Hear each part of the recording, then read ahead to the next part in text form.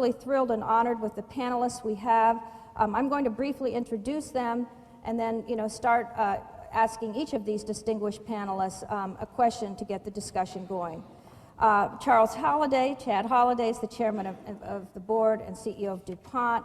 And DuPont, when you think of their over 200-year history, has really been a resilient and sustainable company, going from a chemical manufacturer to a science-based innovator, now to be a leader in sustainability and moving into the whole arena of bio-based fabrication. We're very honored that Chad is the chairman of the council. Tom O'Neill is the founding principal of Sander O'Neill & Partners in New York City, which provides brokerage and research services to financial institutions and their advisor. Tom also chairs the Finance Committee on the NASDAQ board and serves on both audit committees for NASDAQ and Archer Daniels Midland Company. Governor Roscoe is the president of the American Insurance Association. He served as 2 terms as governor of Montana, and in his early career, he was a prosecutor in the U.S. Army's JAG Corps and Attorney General for Montana. Paul Hiroshi is a longstanding member of the council. He's president of the HNTB companies. He serves in a number of high-level leadership roles. And HNTB is a multidisciplinary engineering and architecture firm well known for its work in transportations, bridges, aviation, urban design, all the critical infrastructures that keep our country humming in terms of business and that are critical to our security. Dr. Karen Holbrook, again, a longstanding council member, has just had a distinguished tenure as president of Ohio State University, and under her leadership, the university has really moved even more accelerated as a leader in science and technology, ranks now 8th among public universities in research expenditures, and she has helped many, many organizations to understand this continuum of research, commercialization, and the leadership. And we're very proud that she has chaired the council's High Performance Computing Initiative. James Quigley is the CEO of Deloitte Touche Tohmatsu after heading Deloitte & Touche USA until just recently. He also has an incredibly distinguished record of serving clients throughout the world and plays a very important role in civics organizations, as do all our CEOs. But he really pioneered this concept of risk intelligence, and we look forward to hearing from all of these distinguished guests today about how they really view this and what they're doing in their own enterprises to make enterprise resilience a cornerstone of competitiveness and new value creation.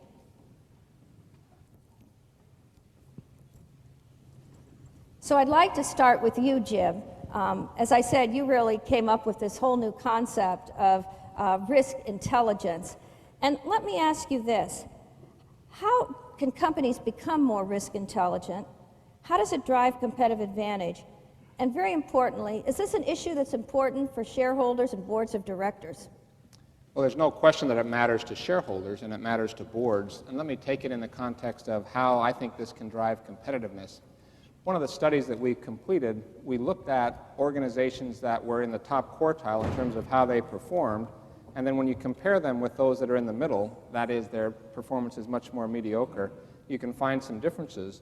But ironically, when we looked at companies that actually were in the bottom quartile, we found a lot of similarities between those in the bottom quartile and those in the top, meaning they actually take risk. And if you take risk and you manage that effectively, you'll actually outperform other enterprises in your industry. But if you don't manage that risk effectively, you'll find yourself in the bottom quartile.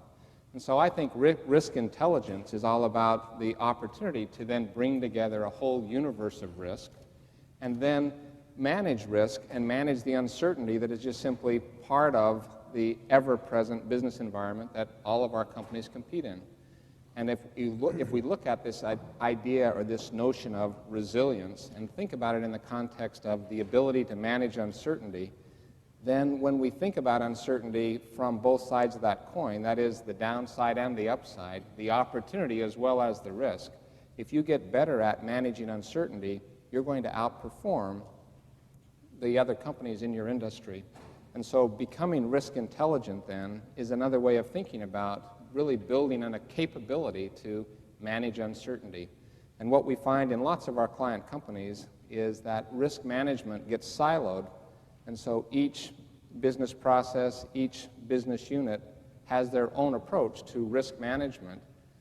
But then to really become a risk-intelligent enterprise, then you want to bring all of those risk managers together. You want to look at what actually can strategically impact the enterprise, and then think much more holistically about how to manage risk inside the company.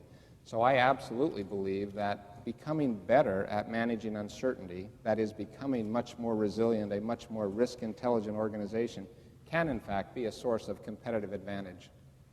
Let me just follow up on one point you made, Jim. You know, audit committees are often the first place in an enterprise to begin to look at these risks and perhaps do the integration across an enterprise. How do you think the getting away from the stovepipe and really moving to have operational risk at the highest level of a corporation really needs to be addressed in terms of corporate governance now? Well, it's a great question, Deborah. I sometimes say, perhaps jokingly, that I attend more audit committee meetings than any person on the planet. I think it's a modest exaggeration, I'll acknowledge. But one of the observations that I have, having watched many audit committees go through a self-assessment of how they're performing their essential roles in the governance model, almost every time when they get down to the how effective are you as a committee in overseeing the risk management processes of the enterprise where you're serving on the board, committees almost always give themselves lower marks on that business process than they do on the other areas of their responsibility. And what I'm seeing happen, which is very positive, is the committee doesn't like to give themselves a lower mark in that area than they do in others, and so they then become a catalyst for change. And as the committee then challenges management to strengthen their risk management processes and then tries to provide more oversight of that process, we're seeing the risk management activities inside our client companies now start to integrate with the audit committee themselves being one of the catalysts to drive that change. And I think it's a very constructive change.